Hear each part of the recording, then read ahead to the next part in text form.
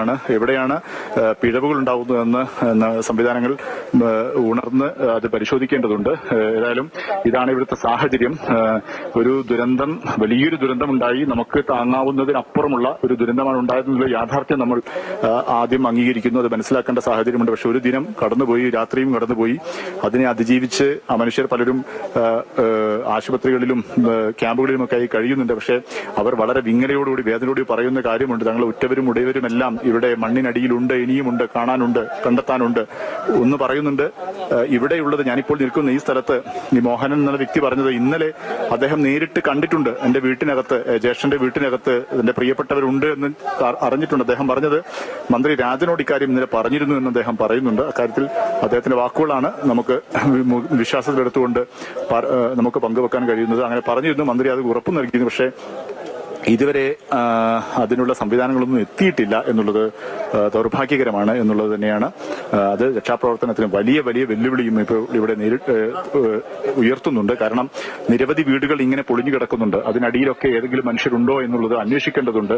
അത് ദുഷ്കരമായ, ദുർഘടമായ ദൗത്യമാണ്. അത് ദൗത്യത്തിന് ആളുകൾ തയ്യാറാണ്. പക്ഷേ അതിനുള്ള ഉപകരണങ്ങളില്ല എന്നുള്ളത് വലിയൊരു പോരായ്മയായി ഇപ്പോൾ ഇവിടുന്ന് പങ്കുവെക്കേണ്ടി വരും. അത് ഈ ദുരന്തമുണ്ടായി 2ാം ദിവസം അത്തരമൊരു പോരായ്മ നമുക്ക് പറയേണ്ടി വരുന്നത് തന്നെ ഒരു സങ്കടമുണ്ടാക്കുന്ന കാര്യം, അല്ലെങ്കിൽ അത് അത്തരം ഉചിതമല്ല എന്നുള്ളത് തന്നെയാണ്.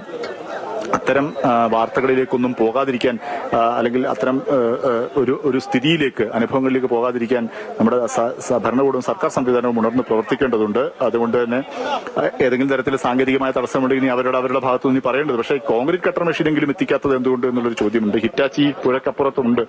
ഈ ആളുകൾ പറയുന്നത് അത് പുഴയിൽ ഇപ്പോൾ നീരൊഴുക്ക് കുറഞ്ഞിട്ടുണ്ട്, ആ പുഴ മറികടന്ന് വരാനുള്ള സൗകര്യമുള്ള സംവിധാനമാണെന്നൊക്കെ ഇവർ പറയുന്നുണ്ട്. പക്ഷെ അത് എത്രത്തോളം അതിന്റെ ഒരു സാങ്കേതിക സാഹചര്യം അറിയില്ല. പക്ഷെ ഈ കോൺക്രീറ്റ് കട്ടിംഗ് മെഷീൻ എന്തുകൊണ്ട് എത്തിക്കുന്നില്ല എന്നുള്ളൊരു ചോദ്യമുണ്ട്. ഇപ്പോൾ വീണ്ടും നമുക്ക് നേരത്തെയൊക്കെ നമ്മൾ കണ്ടതുപോലെ വടം കെട്ടി കോൺക്രീറ്റ് വലിച്ച്, സ്ലാബ് വലിച്ചു മാറ്റാനുള്ള ശ്രമമാണ് നടത്തിക്കൊണ്ടിരിക്കുന്നത്.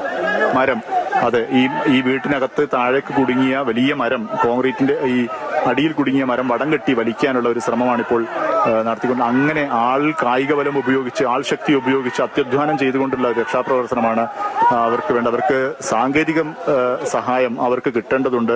ഈ മനുഷ്യാധ്വാനം കൊണ്ട് മാത്രം മറികടക്കാൻ കഴിയുന്നതല്ല ഈ വലിയ മഹാദുരന്തം. അതുകൊണ്ട് തന്നെ സാങ്കേതിക സഹായം ഏറ്റവും ചുരുങ്ങിയത് ഈ കോൺക്രീറ്റ് കട്ട് ചെയ്യാനുള്ള മെഷീനെങ്കിലും എത്തിച്ചു കഴിഞ്ഞാൽ അവർക്ക് കോൺക്രീറ്റ് കട്ട് ചെയ്ത് അത് ഇളക്കി വടം വെച്ച് വലിച്ചു മാറ്റാനൊക്കെ ഒരുപക്ഷെ അവർക്ക് കഴിഞ്ഞേക്കും. പക്ഷെ അപ്പോഴും മണ്ണിനടിയിൽ പൂണ്ടു കിടക്കുന്ന അവസ്ഥയിലൊക്കെ ഉണ്ടാകും. ചെളിയും കല്ലും മണ്ണും ഒക്കെ നിറഞ്ഞൊരു സാഹചര്യം.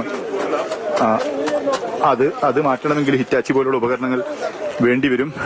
പക്ഷേ ഏറ്റവും പ്രാഥമികമായി ഈ കോൺക്രീറ്റ് സ്ലാബെങ്കിലും മുറിച്ചു മാറ്റാൻ അവർക്ക് കഴിയേണ്ടതുണ്ട്. അത് സാധ്യമാകുന്നില്ല എന്നുള്ള ഒരു വലിയൊരു ആശങ്കയും വേദനയും രക്ഷാപ്രവർത്തകർ ഇപ്പോൾ നമ്മോട് പങ്കുവെക്കുന്നുണ്ട്. പക്ഷേ അത് കാത്തിരിക്കാൻ അവർക്ക് സമയമില്ല. രക്ഷാപ്രവർത്തകർ, നമ്മുടെ സേനാ സംവിധാനങ്ങളുണ്ട്, TDRFന്റെയും NDRFന്റെയും ഒക്കെ പ്രവർത്തകരുണ്ട്, സേനാംഗങ്ങളുണ്ട്. അതിന് കൂടുതൽ നാട്ടിലെ മറ്റ് ചില സന്നദ്ധ സംഘടനാ രക്ഷാപ്രവർത്തകരുണ്ട്.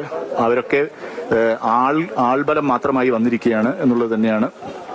അതുകൊണ്ട് അവർക്ക് ആവശ്യമായ സൗകര്യങ്ങൾ ഇനിയെങ്കിലും ചെയ്തു കൊടുക്കേണ്ടതുണ്ട്. സമയം ഇപ്പോൾ രാവിലെ 9 മണി കഴിഞ്ഞിരിക്കുന്നു.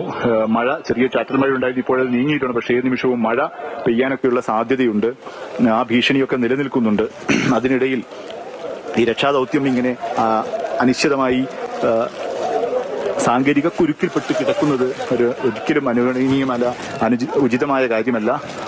അത് കൂടുതൽ പ്രതിസന്ധിയാക്കും, രക്ഷാപ്രവർത്തനം ദുഷ്കരമാക്കും. ഈ മൃതദേഹങ്ങൾ, ഇതിനകത്തുള്ള ആളുകളൊക്കെ പുറത്തെടുക്കാൻ വളരെ വൈകുന്ന സാഹചര്യം ഉണ്ടാക്കും. അത് അവരുടെ പ്രിയപ്പെട്ട ജീവനോടെ ഇരിക്കുന്ന അവരുടെ ഉറ്റവർക്കൊക്കെ താങ്ങാവുന്നതിന് അപ്പുറമാണ് ഇപ്പോൾ അവരനുഭവിക്കുന്ന വേദന. അത് വാക്കുകൾക്ക് കൊണ്ട് വിവരിക്കാൻ കഴിയാത്ത, പറഞ്ഞറിയിക്കാൻ കഴിയാത്ത വേദനയാണ്.